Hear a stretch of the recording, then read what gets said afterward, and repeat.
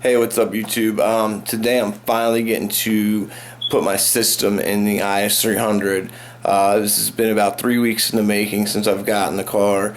I will be going with the I can't remember the name of it now. C2 Audio Threatcon 4 12-inch in the custom porta box. Same thing that was in the 4-door Supra. Also will be using the same amp. But the install is going to be my install through and through, from beginning to end. Starting with the head unit. Actually, I'm going to go over everything I'll be using. So, starting with the head unit, this is the Kenwood DDX 470. Touchscreen. Not much to say about it. Bluetooth, it has all the normal bells and whistles of a touchscreen radio. The install is going to be fairly simple. One thing I want to show you guys is the previous owner on this one used medical tape to put the harness together. I'll be clipping this harness to use my own harness, but if you don't have electrical tape, please just wait or get some butt connectors or anything, but don't use medical tape. That's just insane. Okay, moving right along. We have the Rockford Fosgate dual twist signal cable, RCAs.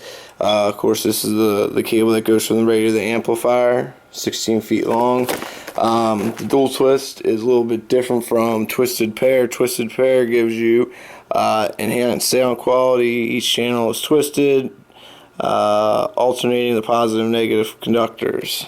So that's that. These are the dual twist, and these are supposed to give you superior sound quality. Each channel is twisted, alternating the positive and negative conductor. Then the channels are twisted around each other, and this increases noise reduction. So I got these off Amazon. I think 20 bucks shipped. So I want to give those a try. These are the Scorpion ring terminal battery terminals. Each pack is able to be positive or negative. These are great battery terminals. This is the now third set I've bought. First set was in the 4-door Supra, second set was in the Green Monster, and now these are going in 4-door Supra version 2.0. So these are awesome. I would not use any other battery terminals. I mean, they accept ring terminals, which is great. So that's all I can say about them. They're awesome. Here are my copper lugs. If you see my other video, I used these with my hydraulic crimper. These are awesome. If you're going to use them, get the tinned ones. That way they don't rust or turn green or get oxidized and look all funky on you. Oh, I forgot about this. This is the micro bypass, and this is so you can watch the Kenwood DVD player as you're driving. So a lot of times you can just ground the parking brake wire that's on these, but it doesn't work on this unit. You have to have this little resistor wired in for it to work, so it's good to go. Talking about butt connectors here, I have the heat shrink red butt connectors. So you go ahead and connect these, crimp them, and then you can also heat shrink them at the end, which just gives you a great connection. Moving on to the Inline Fuse, 0 gauge install bay Inline Fuse. I like these ones because you can use the ring terminals on them. Good stuff. I do have a 200 amp fuse left over from the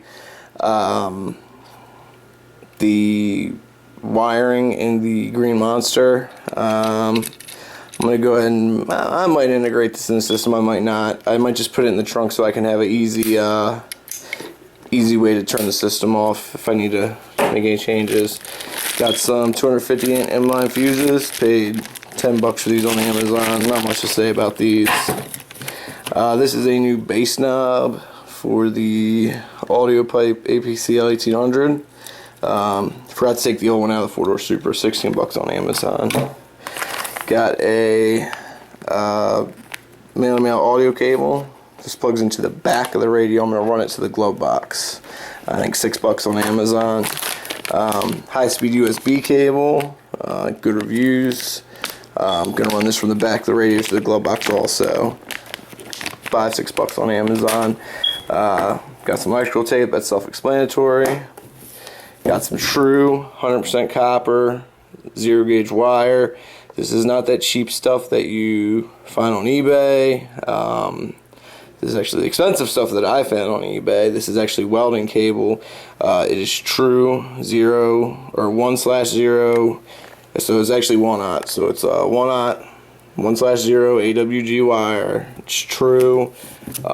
It's nice and heavy. This is what you want to use. You don't want to use oxygen, or no, you want to use oxygen-free copper. You don't want to use copper-clad aluminum. Copper-clad aluminum is junk. If you're putting some little system in your car, go for it. But if you want to do a real install, this is what you want to use. I paid $44 for a 20-foot run and $40 for a 15-foot run. This should be enough to wire my car and do a big 3 upgrade. Got some Velcro. I'm gonna try to use this to keep my box from sliding around. On to the tools I'll be using. Picked up some self-tapping wood screws to mount the amp, the cap, and I have some metal screws I gotta dig up for mounting those inline fuses. Start at the bottom, work my way up. I got 3 flatheads.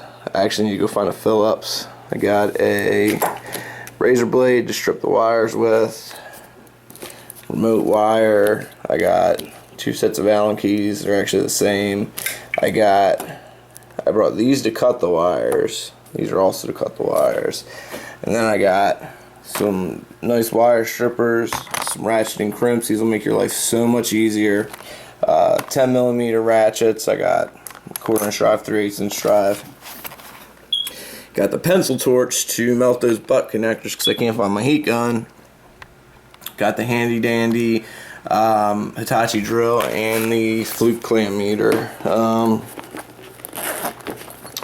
Hoping nobody's played with this and lost the connectors in it, but let's just open it up. The clamp meter you can use, I don't know what's in there, you can use to test how many watts your system's pushing, and you can also do it to set your gain. So that's what I'll be using it for. Alright guys, I'm just going to get right to it, dive right into the install. That'll be in a separate video. I didn't want to lump all this stuff together, so if you like the content I'm providing, please don't forget to hit the subscribe button, hit that like button, leave your comments and questions in the section below. Alright guys, thanks.